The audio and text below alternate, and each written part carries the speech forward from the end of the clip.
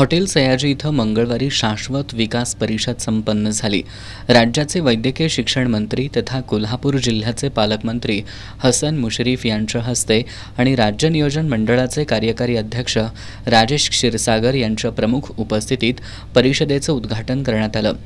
यावेळी मित्र संस्थेचे CEO Praveen Singh Pardeshi, joint CEO Sushil Khodwekar, जिल्हाधिकारी अमोल येडगे, आयुक्त के मंजुलक्ष्मी, जॉइंट सीईओ अमन मित्तल, जागतिक बँकेचे अधिकारी विजय के, वस्त्रोद्योग आयुक्त अवश्यंत पांडा, जिल्हा परिषद सीईओ कार्तिकेयन एस, सहसचिव प्रमोद शिंदे आदी मान्यवर उपस्थित होते।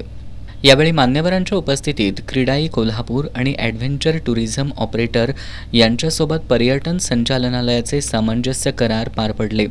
या परिषदेत उद्योग, माहिती तंत्रज्ञान, पर्यटन, वस्त्रोद्योग आणि अन्न प्रक्रिया या 5 विषयांवर चर्चासत्र संपन्न झाली। या परिषदेत बोलताना पालकमंत्री हसन मुश्रीफ यांनी कोल्हापूर, इचलकरंजी आणि सांगलीत येणाऱ्या पूर निवारणासाठी जागतिक बँकेकडून 3200 कोटी रुपये मिळणार असून यामुळे कोल्हापूर शहराचा पुराचा धोका टळणार असल्याचं सांगितलं। जिल्ह्यातील दरोडई उत्पन्न 2.5 लाखांवरून 6 लाखांपर्यंत नेण्यासाठी सर्वांनी एकत्रितपणे काम करण्याची गरज असल्याचं सांगितलं।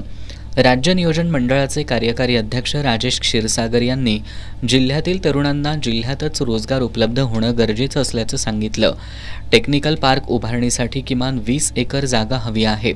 याबाबत मुख्यमंत्री एकनाथ शिंदे यांच्याशी चर्चा करण्यात आली असून शेंडा पार्कमधील 20 एकर जमीन टेक्निकल पार्कसाठी उपलब्ध होईल अशी घोषणाही त्यांनी यावेळी केली।